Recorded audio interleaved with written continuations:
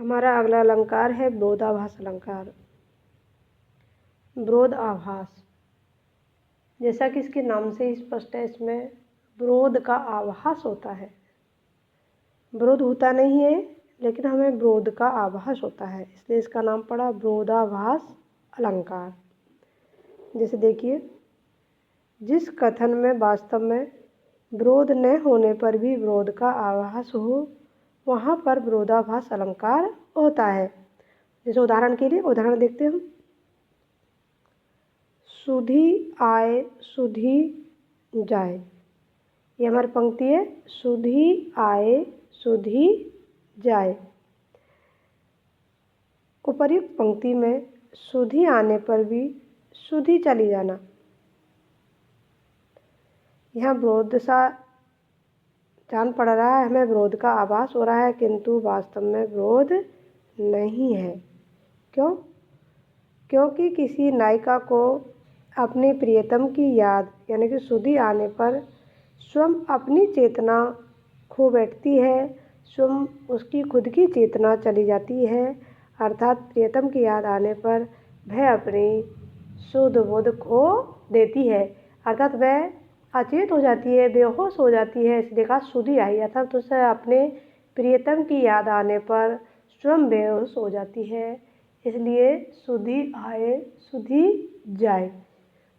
इसलिए विरोध दिखला ही मतलब मात्र विरोध का आभास हो रहा है, जबकि वास्तविक रूप में इसकी तह पर जाने पर पता चलता है कि इसमें विरोध नहीं है, इसलिए यहाँ पर विरोधाभास अलंकार है।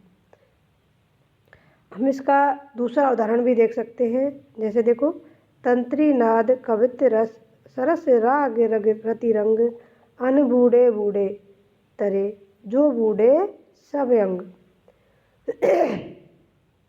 तंत्री नाद वाद्य संगीत, गेय संगीत, कविता और प्रेम के रंग में जो नहीं डूबे वे तो डूब गए, और जो पूरी तरह डूब गए वे डूबे नहीं बल्कि तर गए। कहने का मतलब है, जब कोई व्यक्ति इन तीनों चीज़ों के अंतर्गत तल्लीन होकर इनका आनंद नहीं लेता, तब तक वह इनसे पार नहीं जा सकता। इन पंक्तियों का वास्तविक अर्थ यही है कि जिन्होंने सतही तौर से इनका आनंद प्राप्त किया है वे तो डूब गए हैं, अर्थात उनका जीवन बर्बाद हो गया है, और जिन्होंने गहराई से इसका आनंद लिया है वे तर गए हैं, अर्थात उनका जो जीवन है वह सफल हो गया है। इसलिए कहा तंत्री नाद कवित रस सरस राग रति रंग अन बूढ़े बूढ़े तरे जे बूढ़े सब अंग, अर्थात जो इन तीनों में पूर्णतः तल्लीन होकर, पूर्णतः आत्मसात होकर इनका अध्ययन करता है, इनका आस्वाद करता है, उसे जीवन आनंद की प्राप्ति होती है। और जो अधूरे में यानी कि आधे मन से इनका आस्वाद करता है वह पूर्णतः इसमें डूब जाता है। एक अन्य उदाहरण भी है इसका, आप कोई सा भी उदाहरण इसमें से लिख सकते हो। या अनुरागी चित्त की गति समझे नहीं कोई, जो जो बूढ़े श्याम रंग तो त्यो उज्ज्वल हुई। इस उदाहरण को भी तुम यहाँ लिख सकते हो। 3 उदाहरण देने का मेरा तात्पर्य यह है कि कोई सा भी उदाहरण तुम्हें याद हो उसको लिख सकते हो।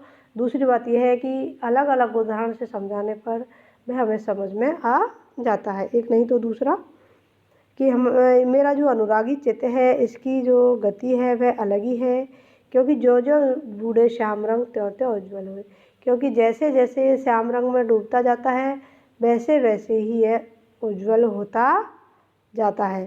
श्याम रंग में डूबने पर तो काला होना चाहिए, लेकिन यह श्याम रंग का तात्पर्य रंग से नहीं है, यह श्याम रंग का तात्पर्य श्री कृष्ण से है। अतः श्री कृष्ण के रंग में या श्री कृष्ण के प्रेम में जैसे जैसे डूबता जाता है वैसे वैसे उज्ज्वल होता जाता है, क्योंकि मेरे मन की जो दुष्प्रवृत्तियाँ हैं, कुप्रवृत्तियाँ हैं, वह दूर होती जाती है, इसलिए मेरा मन भी पवित्र होता जाता है। अगला जो अपनुति अलंकार, अगला हमारा जो अलंकार है वह है अपनुति अलंकार। अब अपनुति अलंकार किसे कहते हैं इसे समझने का प्रयास कीजिए, थोड़ा कठिन है। देखो, जहाँ उपमेय का निषेध करके, किसका, जहाँ उपमेय का निषेध करके उपमान की स्थापना की जाए। उपमेय का तो निषेध कर देते हैं और उपमान की स्थापना की जाए, वहाँ पर अपनोति अलंकार होता है। अपनोति अलंकार की यह विशेषता होती है कि इसमें उपमेय का निषेध कर दिया जाता है और उपमान की स्थापना की जाती है। उदाहरण के लिए हम देख सकते हैं, देखिए, यह मुख नहीं चंद्रमा है। क्या कहा, यह मुख नहीं चंद्रमा है। इसमें उपमेय मुख का निषेध करके उपमान चंद्रमा की स्थापना की गई है। यह मुख नहीं चंद्रमा है, मतलब मुख की तो पूरी तरह से क्या कर दिया, निषेध कर दिया है, और चंद्रमा की यहाँ स्थापना कर दी है। तो एक चीज़ का निषेध किया है और दूसरे को स्थापित किया है, इसलिए यहाँ पर कौन सा अलंकार है, अपनोति अलंकार है। अन्य उदाहरण भी है, देखिए, अंग अंग जारत अरि, तीछत ज्वाला जाल, सिंधु उठी बड़बाग्नि है, नहीं इंदु भय जाल। और भी एक उदाहरण नीचे भी है गरजते घन नहीं बरजते नगाड़े, विद्युत लता चमकती ने कृपाण जाल, धारा नहीं बरसती है बाण धारा, आई घटा यह नहीं शिवराज सेना। इस प्रकार से तुम कोई सा भी उदाहरण उसमें लिख सकते हो। ये नहीं कि तुम्हें एक उदाहरण दे दिया, याद कर लिया, उसी को लिखना है।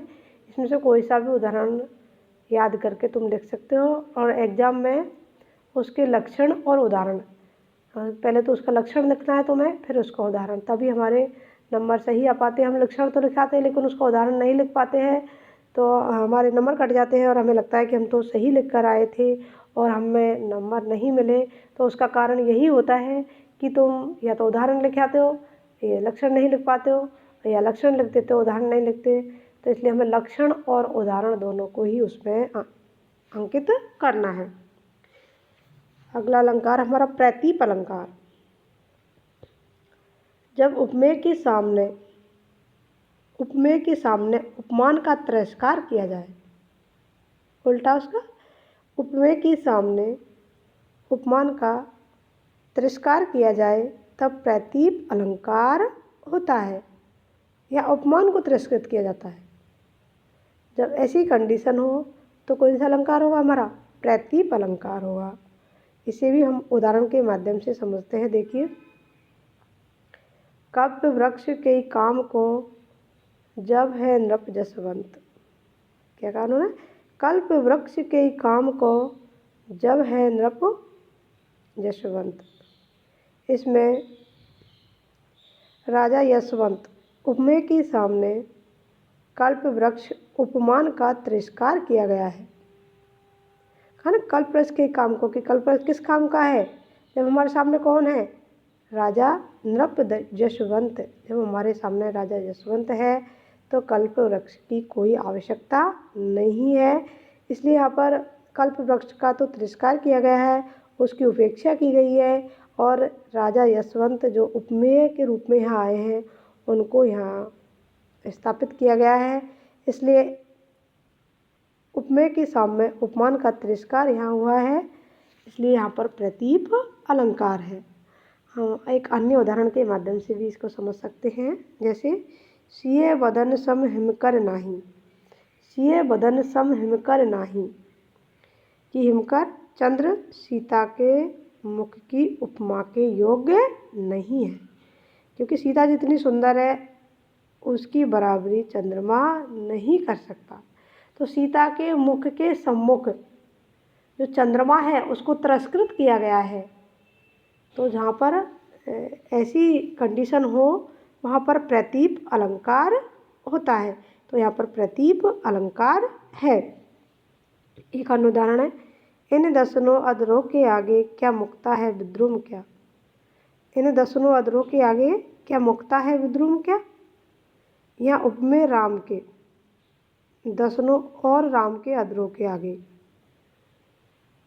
राम और राम के अधरों के आगे क्या, उपमान मुक्ता और विद्रुम का तिरस्कार किया गया है। इसलिए यहाँ कौन सा अलंकार है? प्रतीक अलंकार है। इस प्रकार से हमने विभावना, अपनुति और प्रतीक अलंकार का अध्ययन किया। इनको समझ लीजिएगा। नहीं समझ आए तो तुम कमेंट्स के माध्यम से मुझसे कुछ पूछ सकते हो। धन्यवाद।